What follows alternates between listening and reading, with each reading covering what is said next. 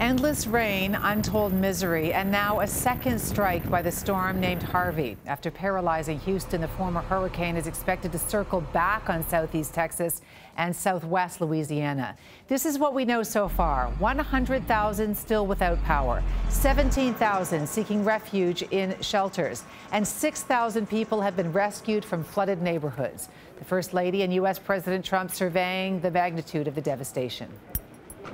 The sad thing is that this is long-term. Nobody's ever seen anything this long, and nobody's ever seen this much water in particular. The wind was pretty horrific, but the water has never been seen like this to the extent.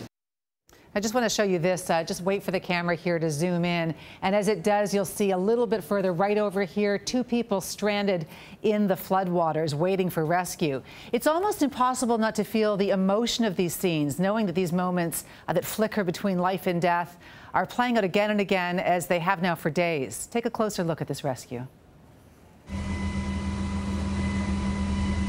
A border agent leaps into action in the Houston area. 2 more lives saved.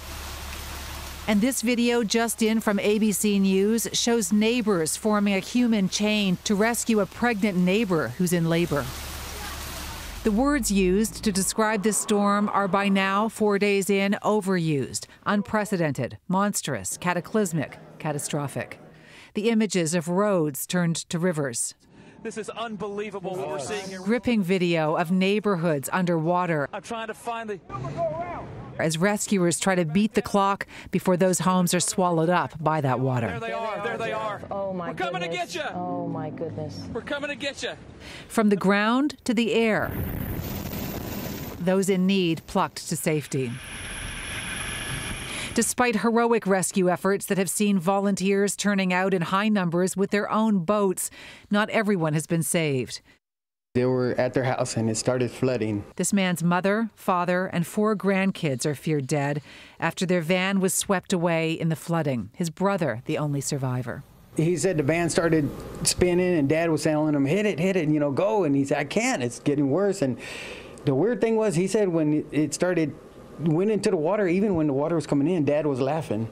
And you know, he was holding Mom's hand and everything. And when he climbed out of the van, he said he could hear the kids screaming and yelling. They wanted to get out, you know, so that keeps playing in his head. A Houston police officer was found drowned in his car in a flood underpath. The death toll stands at 15. It's not just humans who are in need of help. This terrified dog, his tail tucked between his legs, is coaxed off a rescue boat and gently scooped up, taken to higher ground. This young man inflated a golden swan to rescue his puppies. And then there was this, a backyard turned into Alligator Alley.